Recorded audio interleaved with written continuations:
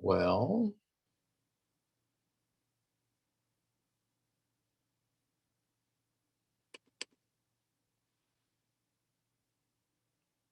mm,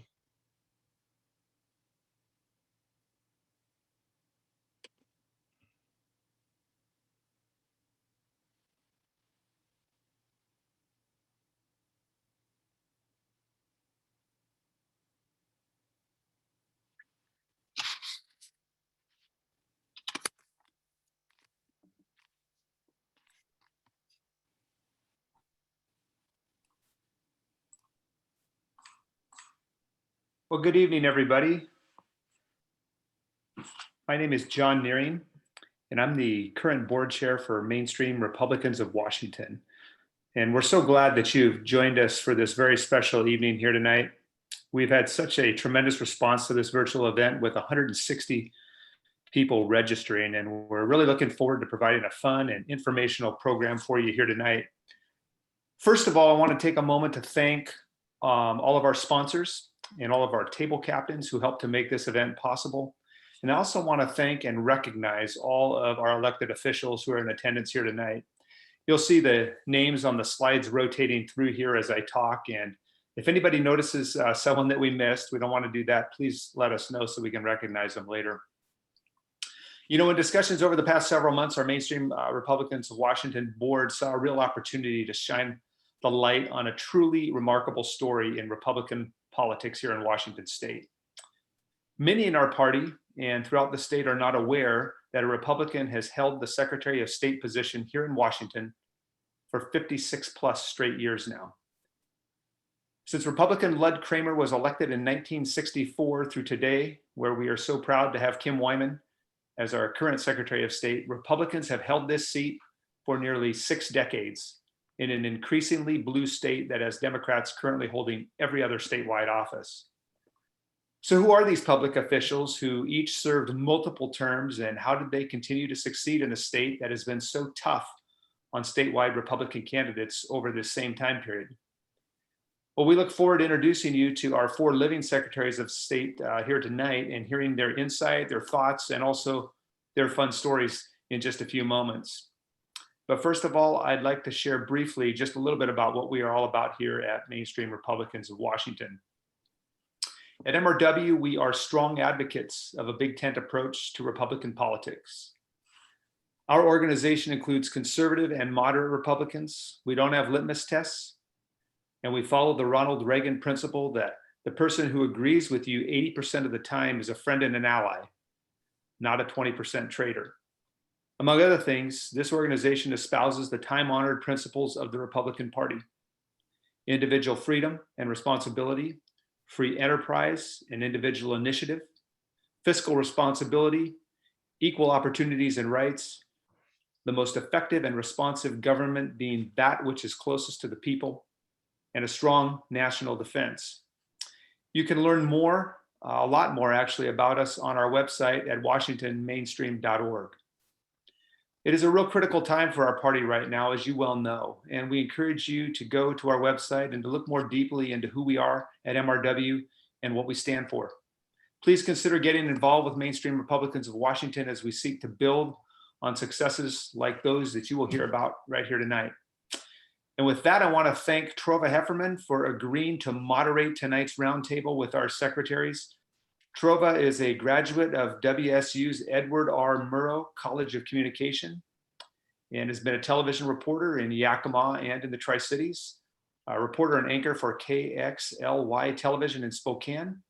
She was also communications director for Secretary Sam Reed from 2001 to 2009, director of Legacy Washington for Secretaries of State Sam Reed and Kim Wyman. And she's the author of Election for the Ages, about the Rossi Gregoire election. And don't we all remember that? So you might want to pick that book up that Trova authored. And she also has authored definitive biographies of Jennifer Dunn and Billy Frank. Currently, Trova serves as the operations manager for the Office of the Secretary of State. So Trova, we really thank you for volunteering to moderate this tonight. Appreciate it very much. And I'm going to go ahead and turn it over to you now for the main event. Well, thanks so much. I just couldn't be happier to be here. And I'm going to openly admit my bias just straight out of the gates, working under two secretaries who I greatly admire, and for an office with a mission that I find just incredibly noble.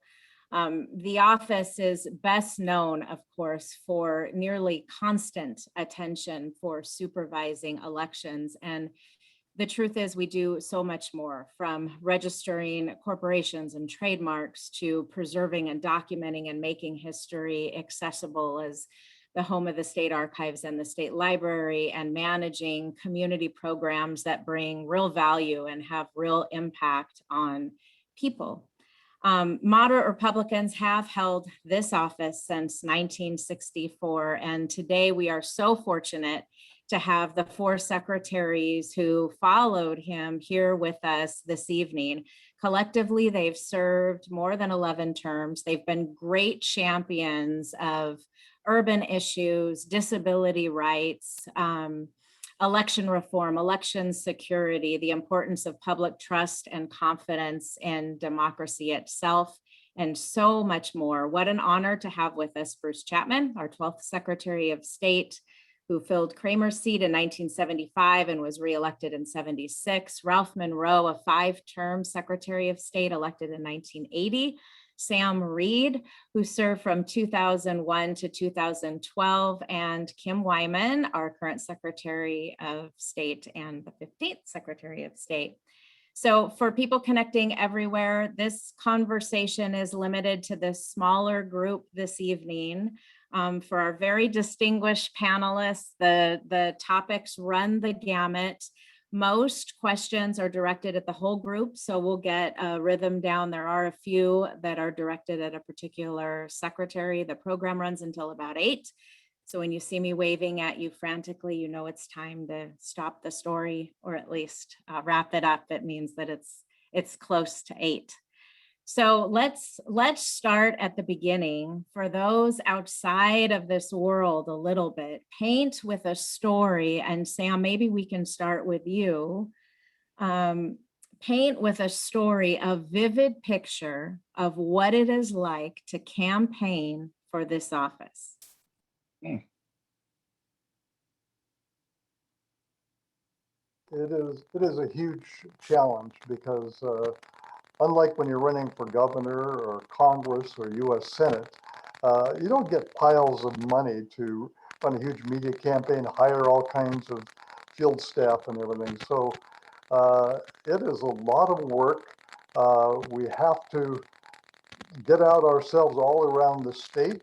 We're constantly in news media briefings and such, if they will talk to us. And frankly, what we do is rely on people like those who are watching tonight, who are going to help us throughout the state as volunteers, and who want to make a difference and want to make sure that they have a good Secretary of State. And we all are deeply appreciative of that.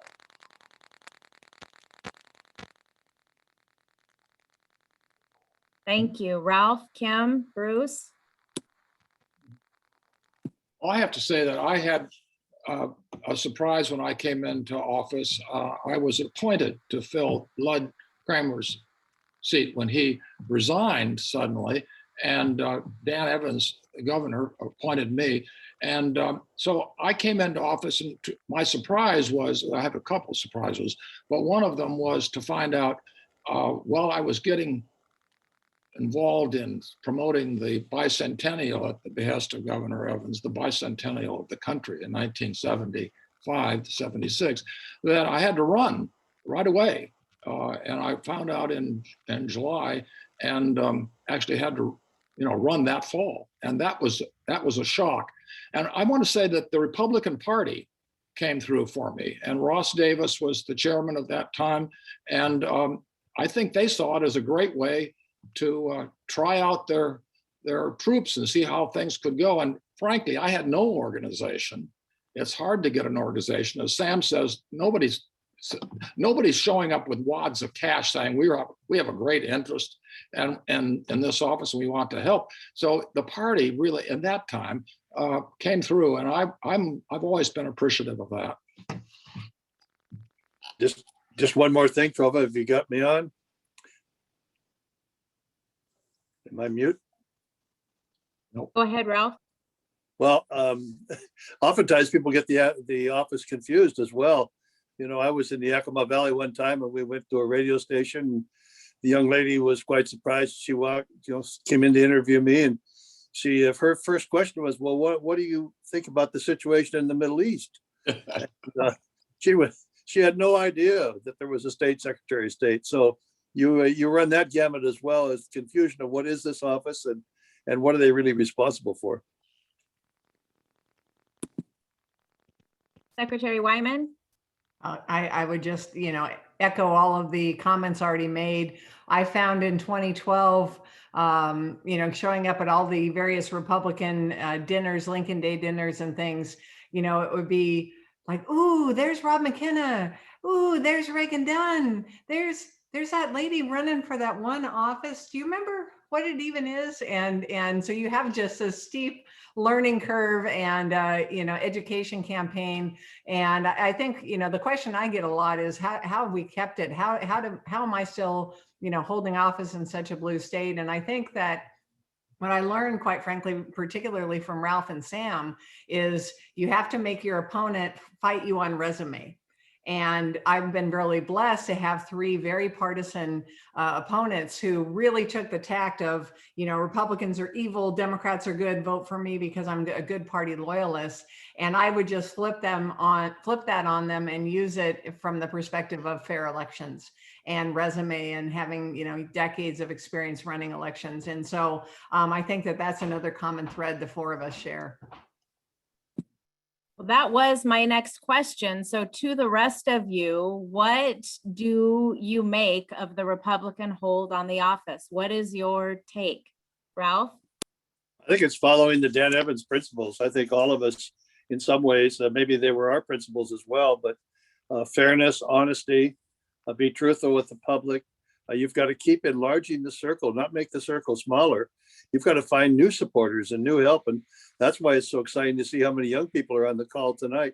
They're really the key to all this. And going out there and looking for new support, new help, new interest groups, new organizations that will be willing. And don't be afraid to talk to anybody.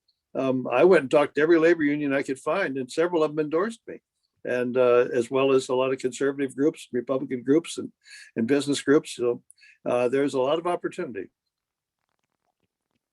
I just say that Kim mentioned that she had been blessed by having three opponents who are very partisan.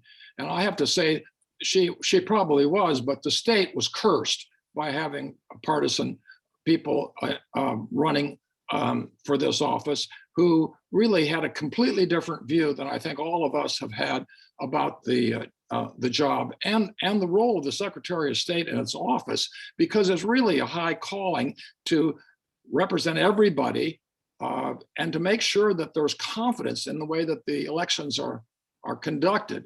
And we've had that. And I think that's been a calling card, well, I think for all of us, and it's enabled us to get support from strange places where people might not agree with us on other things, but they agree with us about that, the sanctity of the ballot and how to preserve that. And they want somebody in that position who will guarantee it.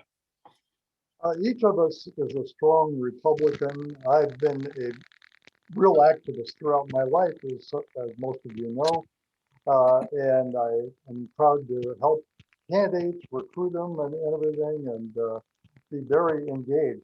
But when I walked through that door, and this is true of all four of us, and it was true of Floyd Kramer, when he walked through the door, now we're serving all the people in the state of Washington. And we kept having to remind staff sometimes of that, but we are not there out of a partisan agenda. Now, obviously, we govern based upon our Republican principles, but in other words, as Bruce was saying, we don't play the partisan card. We play the governing card and try to do it well and fairly, and really in a nonpartisan manner.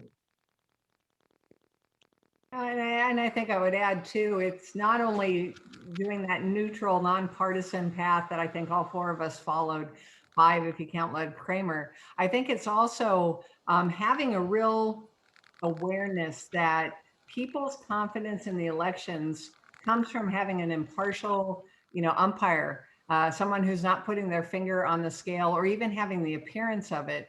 And I think this was very true in 2004. I know Sam was certainly challenged by that multiple times. I know I have been over the last few years with a couple of hot initiatives with some controversy surrounding them. And I know that's true of Bruce and Ralph as well. So I think that that's another piece of it, is that not only nonpartisan, but really being fair and not trying to have even the appearance of helping your party or trying to hurt the other party. And I think that that integrity comes through, and it really is what people admire and what they support. Tell me more about your shared political influence in Dan Evans. Best political advice, impact on you personally and on your career. Kim? Oh, Dan Evans got me through 2020, hands down, without a doubt. And he has been certainly an inspiration to me throughout my professional years here in Washington State, because he led with this integrity and a real sense of knowing that it was important to do the right thing. It wasn't what was the most politically expedient. It wasn't what was the most politically easy.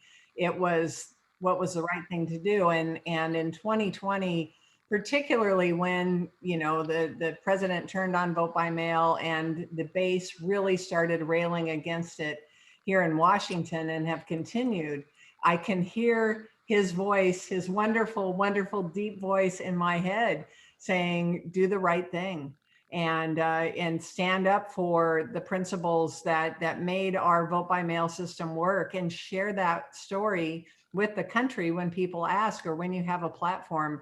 And it made it clearer what I needed to do. It didn't necessarily make it any easier, but it really helped me navigate those really tough days where I just wanted to throw in the towel and walk away and call it good. So he's been an inspiration my entire professional career here in Washington. One of his inaugural speeches, he made the statement, "I'd rather cross the aisle than cross the people." And I think all of us have used that as an example of, we've got to build support from both political parties to get things done. And so we've all developed relationships with parties in all four caucuses to pass good legislation for the people of Washington State. That's why we're the leader in America. That's why our state is #1 in election law, because we've been willing to do that. There are many people, including those who are watching tonight, who say those damn politicians, all politicians, are evil or something. And we certainly are living with that now in terms of the toxic political environment, in terms of downgrading people who seek political office. Well, I was fortunate as a graduate student in political science at WSU. I was hired by Dan Evans to come over on a staff level, and what an inspiration. This is the kind of person who, when you hear politics is the highest calling, you really feel it in your heart when you work for someone like Dan Evans.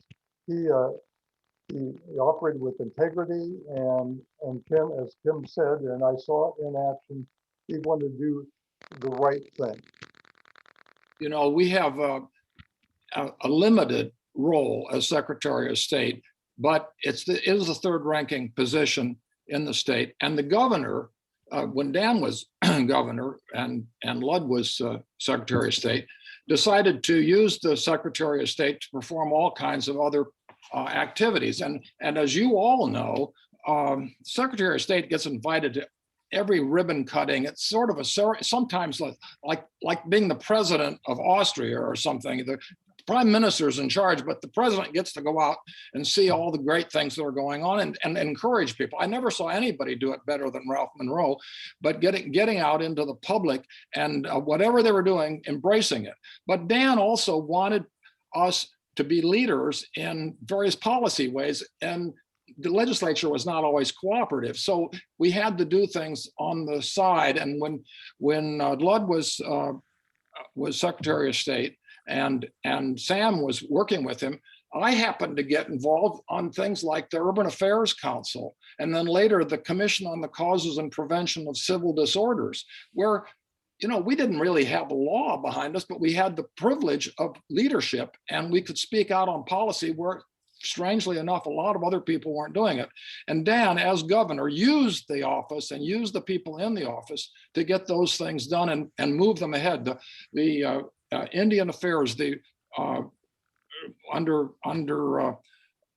Ralph, the disability rights, many of those things came out of that office. And I would say the whole cultural development that's taken place that Sam and Kim have advanced, that's really been enormously important to the office. And I don't think you don't get elected on this, frankly. Most people don't know that it's part of the office, but the preservation of our culture is something that's vital. And I guess one other thing that Dan certainly stood for, and I hope all of us stood for, is getting young people to take an interest in government, teaching civics. It's never been a more crying need than it is right now, and for all over the country.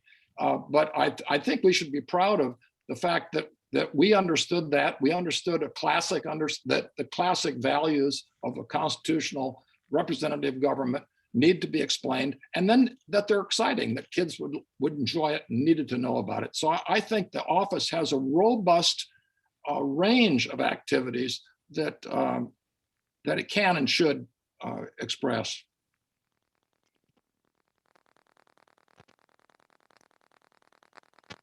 Each of you has earned a reputation, and you've talked about it tonight, the importance of leading with integrity, the importance of doing the right thing. It isn't easy, it's challenging.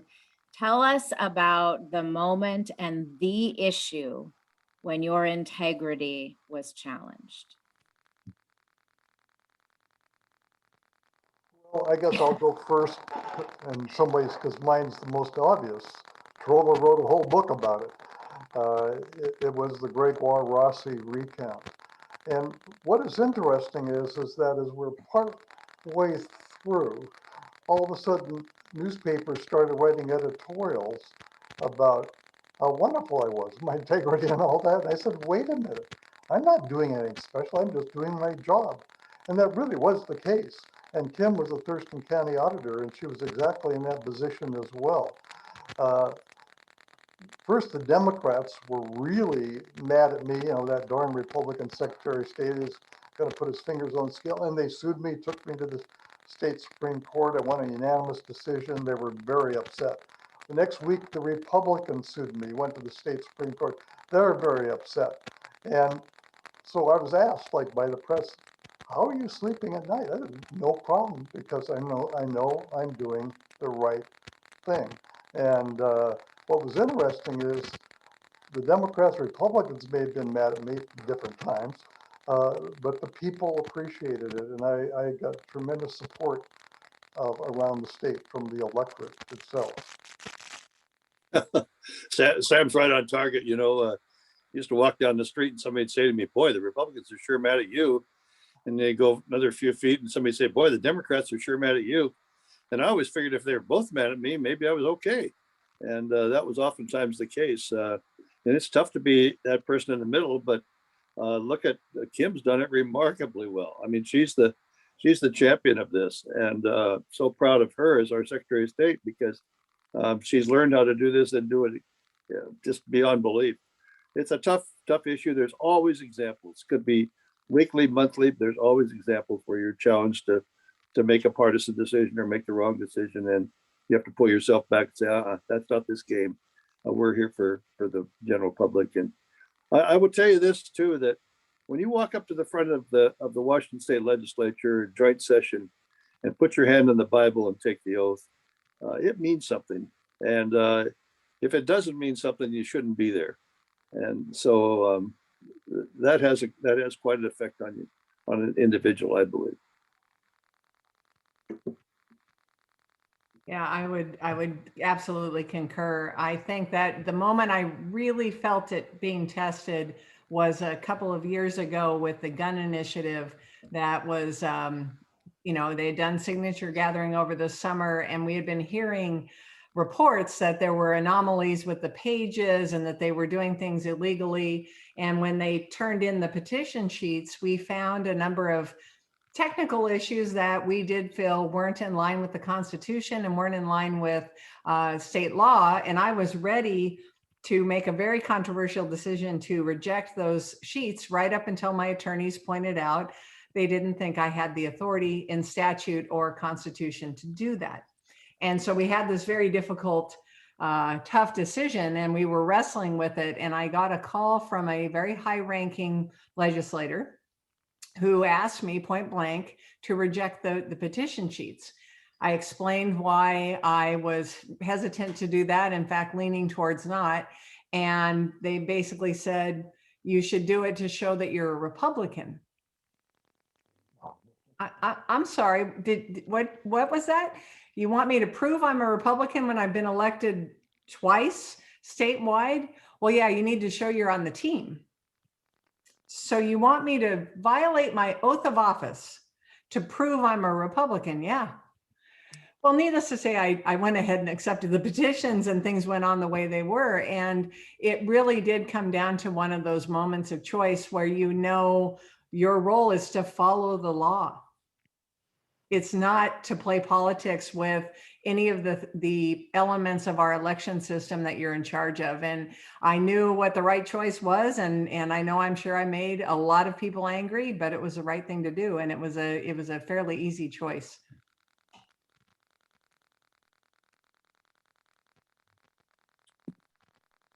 Okay, we have a couple of questions in the chat. So I'm going to read one that's open to everybody. How do we overcome the association that the current Republican false narrative claiming that elections are being stolen? I would say my response would be just keep speaking the truth and point out how the system works. Kim does an excellent job at that. Know your facts, but keep pointing out that we have one of the best systems in the world where it's observed all the way through by Republicans and Democrats both. They're required by law. And this election was not stolen. That was a legitimate, fair election. And you have to just stick to that and move on. Now, there'll be people that'll keep bringing it up. These issues aren't new. They've gone on for generations. Other people saying other things over the years, but stick to the truth. Yeah, and what I found really in the last particularly 6 months is really focusing on all of the security measures that we have in place in Washington, talking very specifically about our voter registration system that not only is connecting all 39 counties, it's doing it in live time. So even if someone has issued multiple ballots on election day, only one can be counted. And as Ralph said, just really breaking down the mechanics of how we do our elections and how well Washington balances access and security. Now, there's always going to be a faction that I will never be able to convince, but when I go into a room and talk about elections, I don't try to sway them. I try to just present the facts to the rest of the room and win over the rest of the room. And I think that we just have to keep fighting that good fight and talking about the facts and let people decide on their own, because we still have people 16 years, 17 years later that believe that Rossi Gregoire was, an election that was stolen. And there's nothing at this point we can do to change their mind. And so you have to move forward. Well, I would add that I want to look forward to future elections and not backwards. And I think it's very important to protect the role of secretaries of state around the country and the elections officials at the county level, the auditors and the other election officials in our state and other states, and that people understand that they know their job and they're doing it.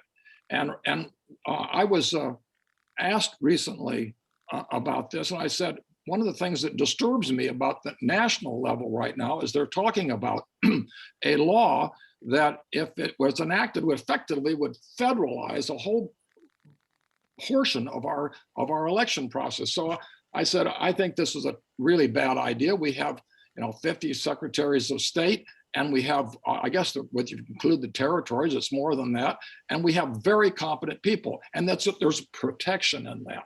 There's security in having different systems. We may go after Palm Beach County, which one year is doing a terrible job in Florida, and we can go after, I don't know, Maricopa County seems to be in the news right now from Arizona. But as a country, it evens out, and we have a good system, and nationalizing it is not the answer. So I got a call from a reporter, and I thought, before I speak about this, I'm going to call Kim and see what she thinks. And I was delighted that she agreed completely, and has not only that, but been a leader nationally, speaking out, because we need to hear more from state secretaries of state around the country. She's testified, if I'm not correct, I am correct, that she's testified to Congress about this. And so we have somebody in our own state who's leading on the importance of having elections conducted at the local level and supervised at the state level. I've been through a few elections that claimed they were being stolen. When I first came into office, it was the Bush v. Gore race, and the feeling that the Supreme Court had stolen, or Florida Secretary of State had stolen it. The Gregoire-Rossi race, I was accused of letting the Democrats steal it. 2016, people marched in the streets thinking that the election had stolen for Trump and all. But, when it comes down to it, what we need to do is focus on doing our job well. And what I found out is, after things calmed down, emotions calmed down, people were much more reasonable. We had the same situation in 2001 that Bruce was just describing, where at our National Association of Secretary of State's meeting in February, members of Congress showed up, Democrats, to say they were introducing legislation to basically federalize the elections, because down there in Florida, darn it, they didn't handle those punch card ballots well. Well, we ended up having to really fight it, but we finally got a reasonable bill in the end. Bruce is absolutely right. I think one of the geniuses of American politics, election system, is how diverse our situations are. There are town hall meetings in New England to decide elections. There are states like New Hampshire where the poll site is sacred. They wouldn't think of having vote by mail. But let them decide that for themselves. Don't have Congress try to start micromanaging elections.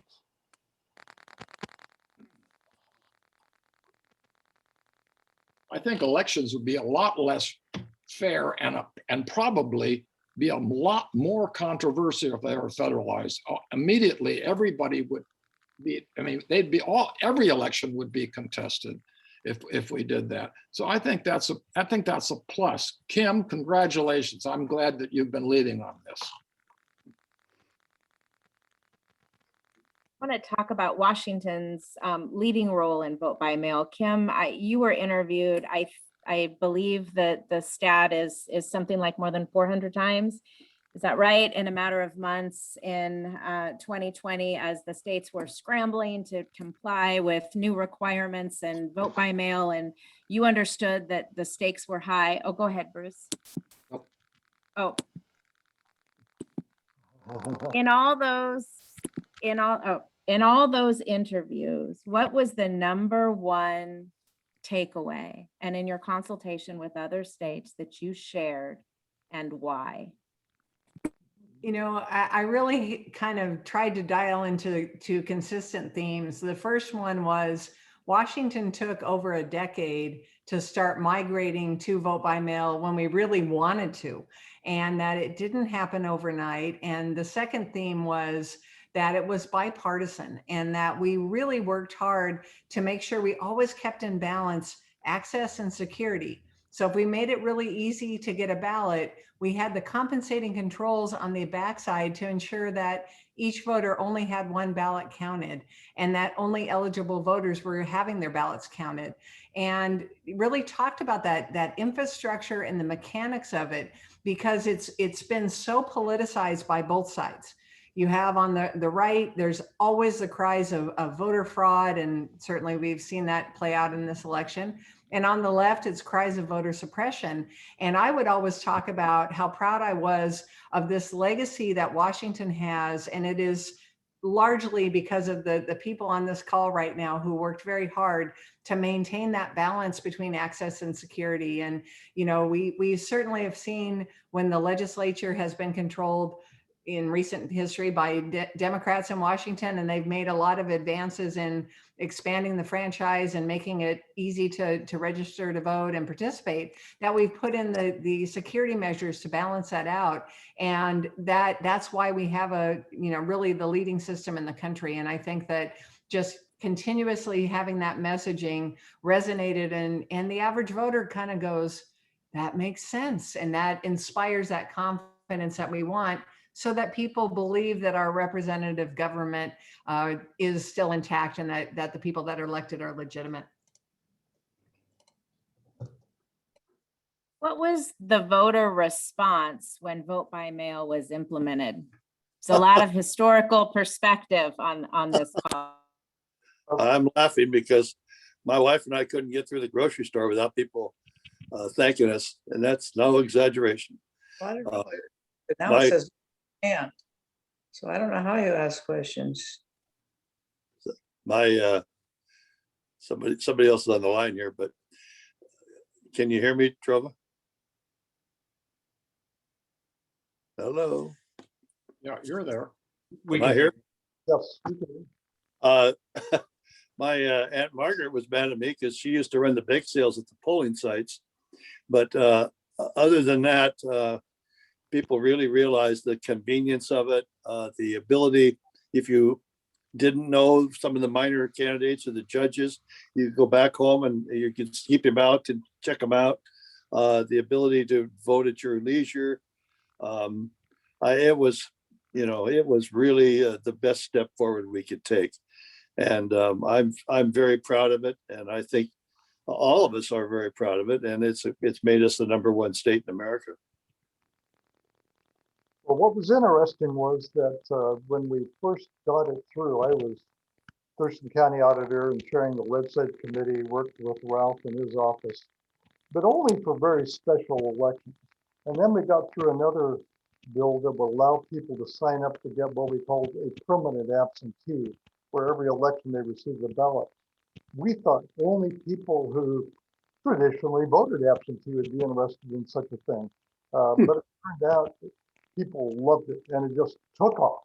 All of a sudden, we had 40–50% of the voters in counties that were signed up to receive permanent absentees, and that's what then prompted us to move more for first allowing optional vote by mail for counties, and then finally, when I was Secretary of State, we ended up going statewide vote by mail. But really, because the people loved it, like Ralph said, they felt they were better informed. They felt they could do it when they had time to focus on it, and they weren't surprised when they walked in the polling site and saw races that they were unaware of.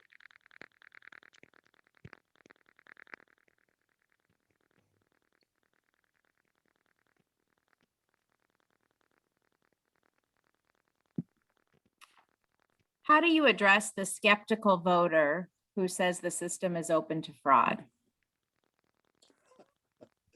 Well, I think the same answer is a couple questions back. You just have to take them through the step-by-step process of how it works. And Kim's done a good job of outlining that. And we've all tried to do that. There'll always be somebody that's skeptical. We had people that were skeptical that the votes at the ballot locations were, subject to fraud. No matter where you conduct an election, you're going to have somebody question, is there a problem? And you've got to explain to them how you get around that, how you make sure it doesn't happen. I found the most helpful thing is to have people go to their local elections office. Other than King, it's their county auditor's office. Watch, observe, be informed, and I've always seen people change their mind once they actually see how careful they are, the security of the ballots, the checks and balances that take place, the bipartisanship in terms of observers and everything. And so that has really been important. Unfortunately, you can't do that with everybody, but for those who are, kind of leaders of the pack, I sure encourage them to do that.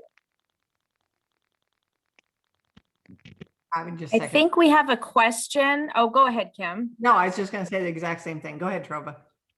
I think we have a question from Nancy Evans. I'm sorry, I was distracted a moment ago. I'm trying to figure this out. She's my agent. This Dan I reckon- Evans. Thanks for clarifying. I just, in looking back at elections eons ago, it's amazing, frankly, over the 200 and some years of our history that we have done as well as we have. I don't know of any other country that has had election after election where, with whatever complications there were, the end result was a peaceful transfer of power from one to the next, and that's pretty good. I do remember vividly reading about one of the early elections of Lyndon Johnson to the Senate. He was a Texan who had ambitions, and he had a very close election. And the evening of the election, the story goes that he called one of the leaders of the party in a remote county and said, "We've got a really close election and you haven't turned in your ballots yet.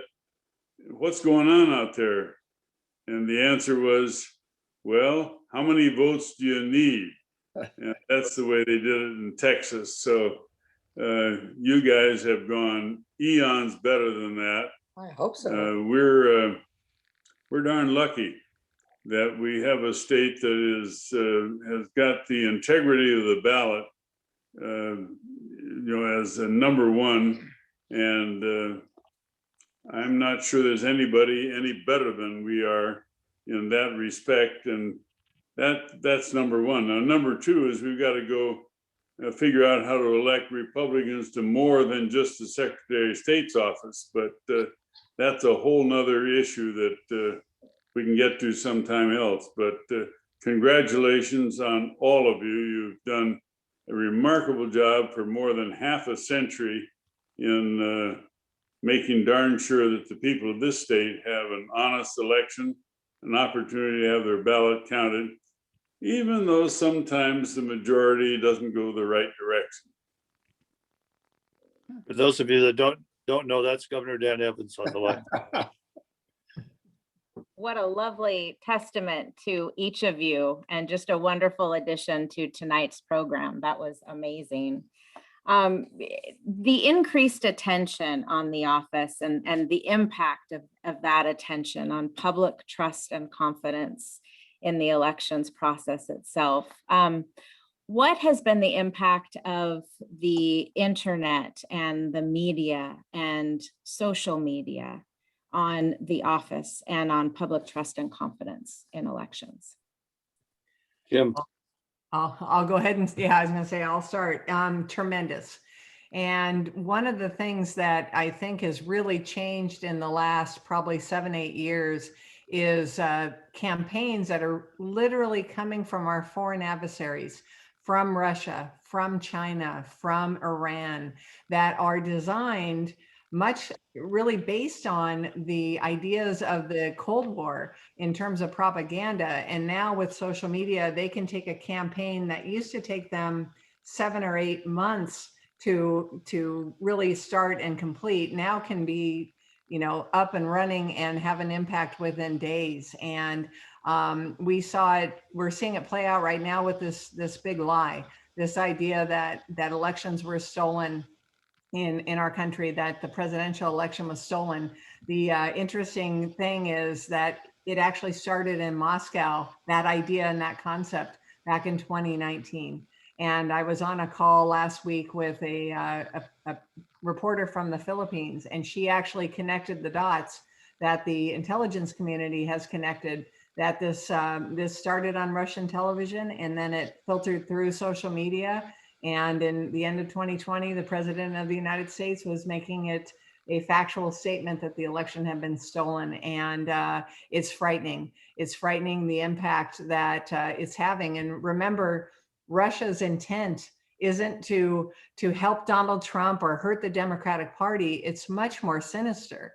Their whole intent is to undermine democracy, to undermine people's faith in our system to the point that they don't believe elections, that they don't believe in representative government, and that there's discord and absolute attacks on each other, dividing Americans in their home counties and in their communities, and they are succeeding on every front. So for me, it's the disinformation campaigns that are coming from both inside of the United States and outside that are really undermining our democracy that scares me the most. And this is new.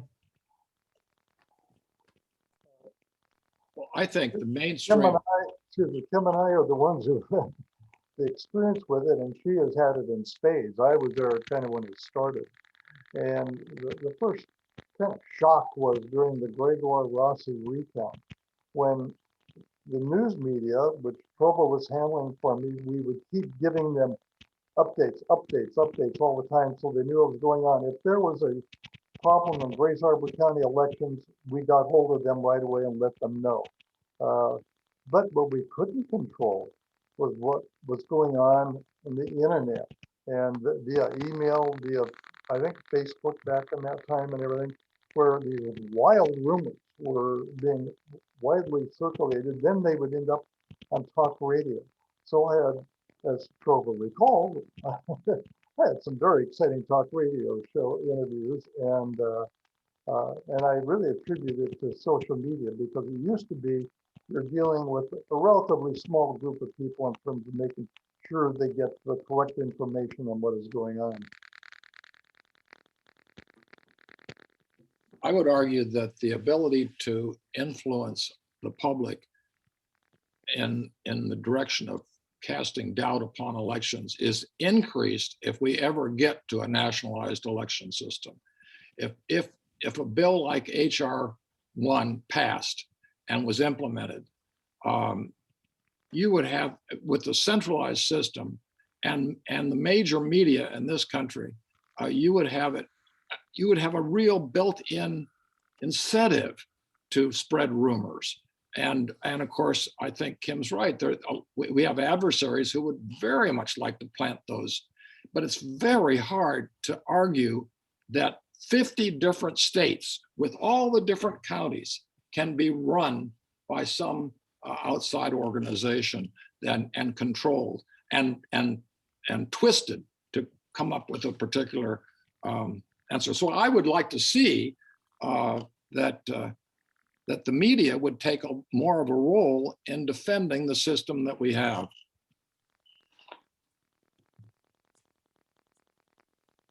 I'm trying to inject a little controversy here, Connie.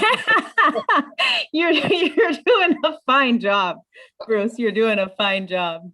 You know, we're going to run short on time, and I would love to focus a little bit on some of the other responsibilities that are underneath the office of the Secretary of State. And Ralph, if you would share with us the story of the address confidentiality program that occurred on your watch, and the secretaries following you, I can personally attest, have been wonderful champions of that program. It's a program most folks don't know anything about to speak of. It's not widely publicized. I had a group of legislators, women legislators, Republicans and Democrats, come in to see me one day, and they asked me if I would be willing to try an idea. And I said, what's the idea? And they said, well, we have a lot of women in this state. Now we find it's also men and sometimes youngsters who are being chased or harassed or threatened. And we have to help try to figure out a way to make them disappear. And that's not an easy task. But we set about to create what we call the address confidentiality program. And very simply, the person that is having these problems has to move physically. And then the Secretary of State becomes their address for everything.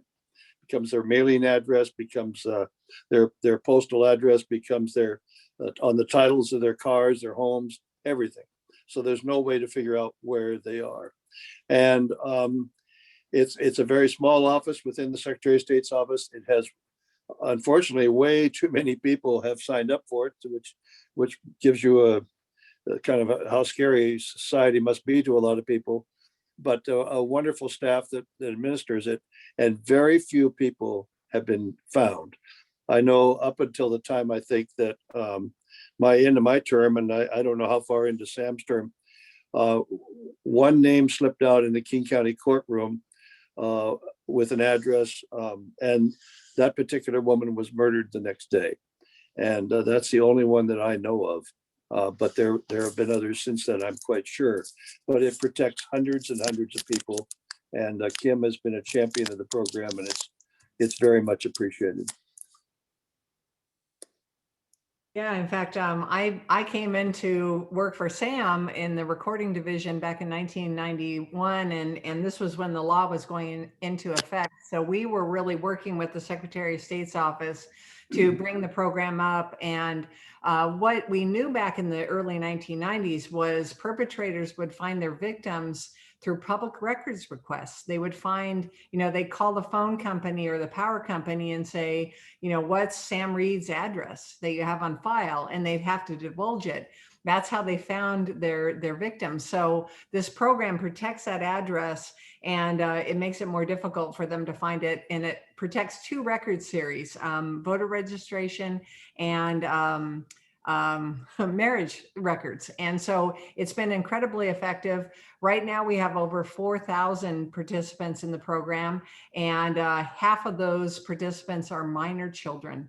So it's relevant today. We had a bit of a introspection a couple of years ago with the internet. Is it still relevant? And we have found that it absolutely is. And this is really protecting those survivors of domestic violence and stalking.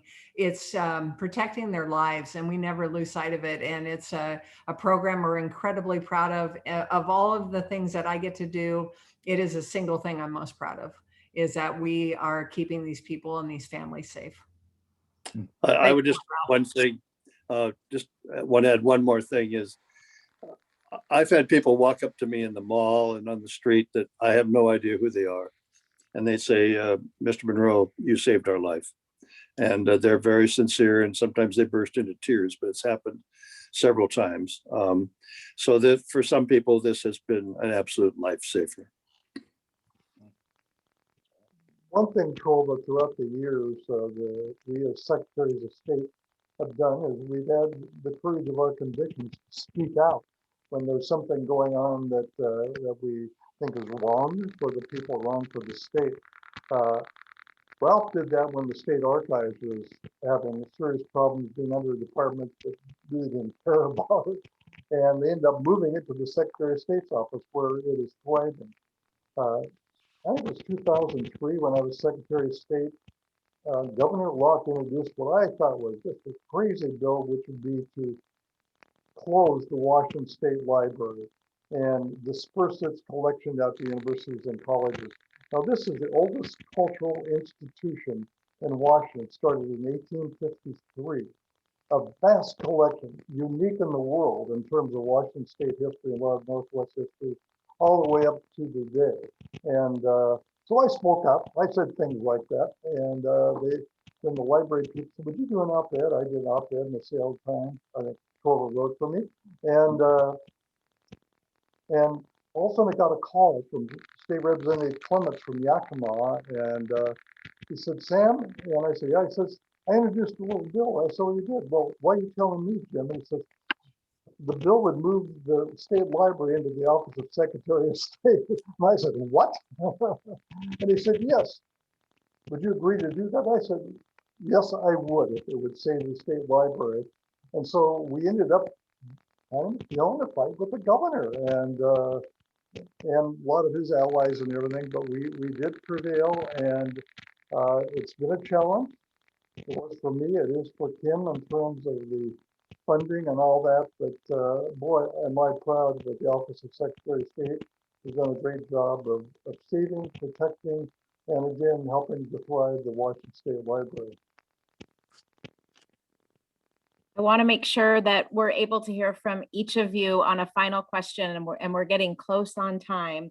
When you look back at your term as Secretary of State, what matters the most and what will you carry with you?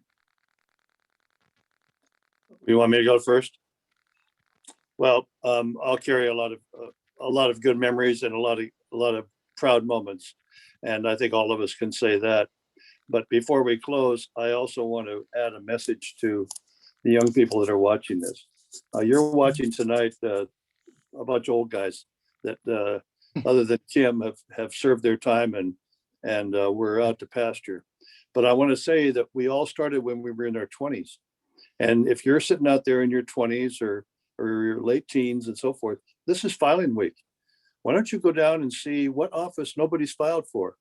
And take a look at it. Could you be a park board commissioner, or could you be perhaps on the fire district, or could you fulfill one of those jobs? And go file and take it, and work hard and get elected, because that's the best training ground. And someday you're going to be in a position that we've enjoyed, one of these higher level positions, and you'll learn. It may change your life. So that would be my message: is watching young people grow and develop and become leaders in our state. Oh, I'm going to jump in here because my favorite part of the job, hands down, not anything close, is getting to talk to high school and college students and really bringing them into my office and being able to show them this spectacular building that, of course, we can't be in right now in public, having public in, but letting them see that I'm just an average person. And when I was sitting where they're sitting, I didn't go, gosh, someday I want to be Secretary of State, so I'm going to do this and this and this. And I know probably a couple of folks on this call were that person, but I didn't even see my own potential until much later. And quite honestly, it was, meeting for the first time a statewide official, and I hate to say it, but it was Ralph Munro when I was in my 30s, and realizing this potential that I might have and seeing that pathway. I didn't have it before then. And I think when I became Secretary of State, I realized the real obligation I had to help those young people who are trying to figure out what they're going to do with their lives see that this is a possibility, and that being in government service is a noble profession, whether you are an elected official or you're a staff member, and that serving your community at the local level or serving your community at the state or national level is an honor and is important work. And if we can inspire just one student to someday, aspire to higher office and run and lead, then we've done our job. So hands down, that's my favorite part of the job. I really enjoyed going out to communities throughout the state of Washington, and did it regularly, as did Ralph and Kim does today. People are so welcoming. They want to show you their community. They're proud of their communities, and really it was just fun. I really enjoyed it. In terms of what happened during my 12 years as Secretary of State, that I think stands out most significant in the long run is saving a wide open primary system for the state of Washington. That fight started the first day I was in office and was served by the Democratic Party, Republican Party, Libertarian, to throw out our primary system. And it went all the way to the last week I was in office. But we saved it by coming up with a top 2 primary, went to the U.S. Supreme Court. I was represented very well by Attorney General Rob McKenna. We won the case, and we're precedent setting in this nation. I hope this is going to catch on more. Now California has it, and there are a couple other states that are moving that direction. And I think this fits the heritage and the culture of the political system of the state of Washington to a T. I have can only endorse and repeat, echo those sentiments by my colleagues and successors.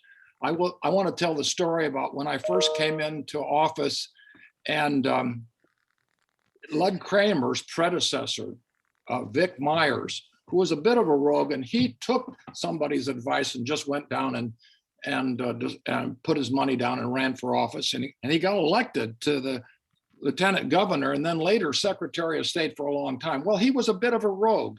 And he came into the office. He was a lot of fun too. He came into the office and he looked around and he said, he had a sort of a Groucho Marx quality to him. What are all these people doing here? And I said, well, they're working. He said, well, I never did that when I was here.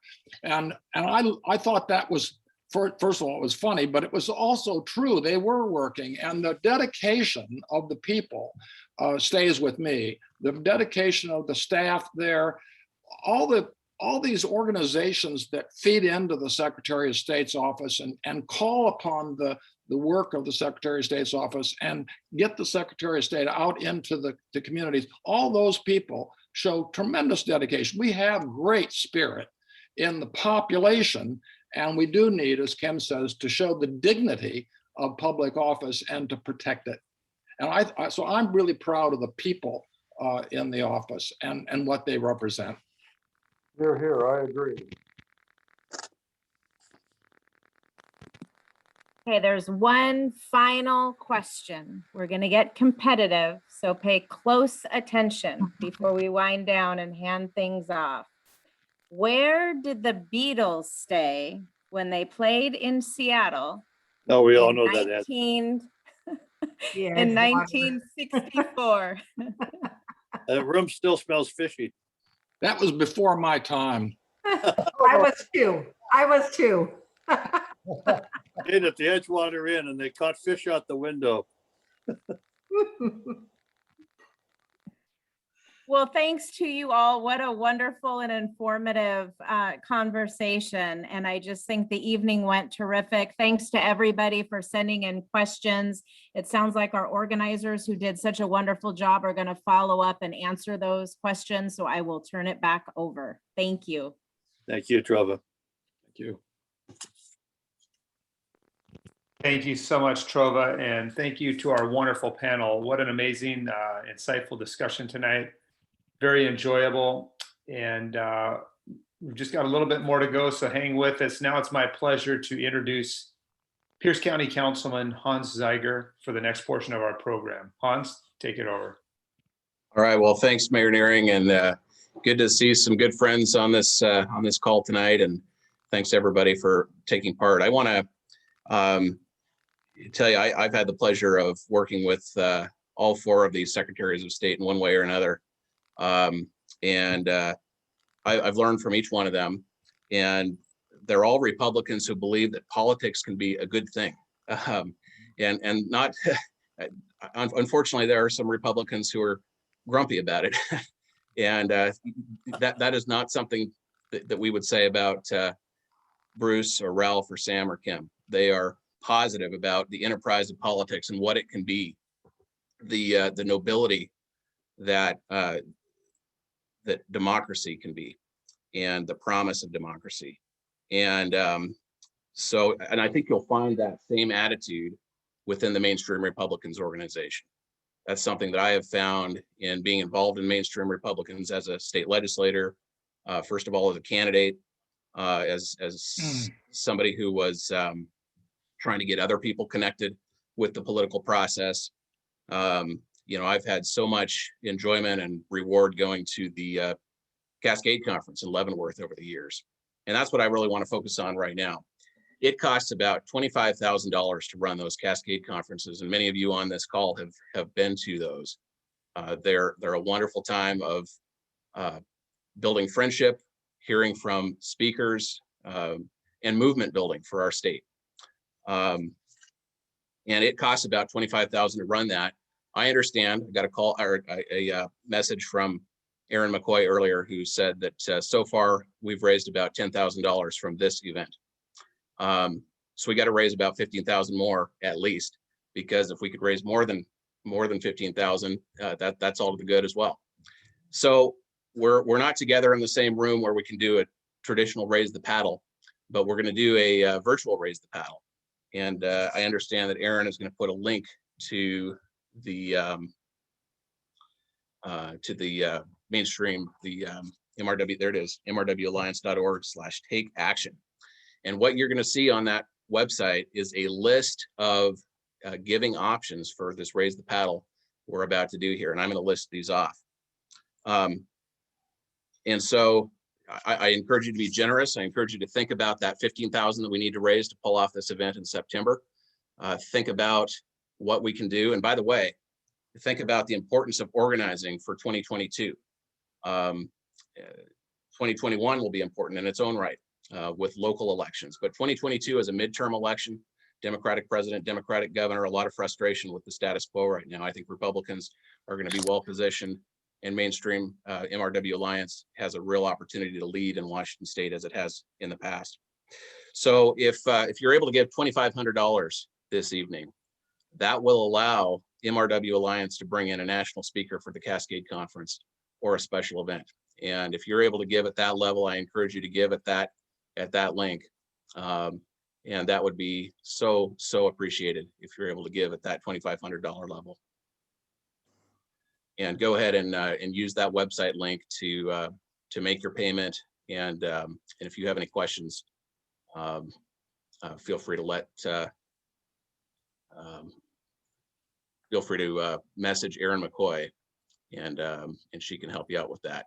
So, but hopefully it's easy there to navigate that website. Okay, and if you've got the ability to give at the $1,000 level, $1,000, that will allow MRW Alliance to host an outdoor in-person networking reception at the Cascade Conference this September 10th through 12th in Leavenworth. So if you're able to give at that $1,000 level, I really encourage you to be generous and do that now. $500 will allow you to sponsor a table of young professionals and college students at the Cascade Conference for the Saturday night dinner.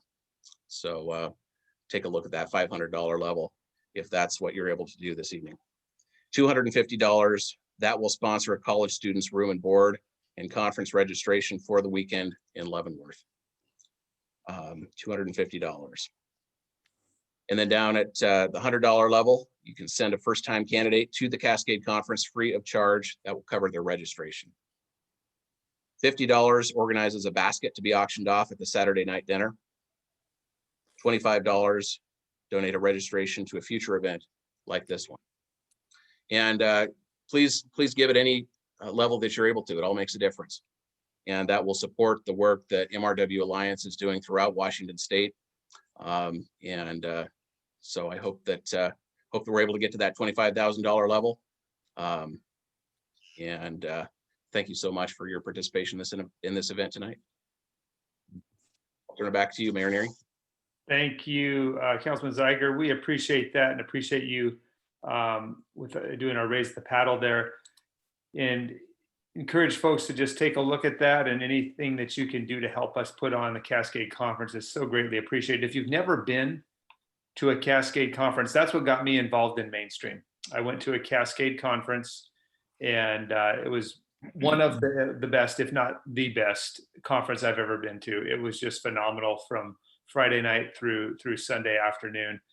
So we would love to have you join us in September.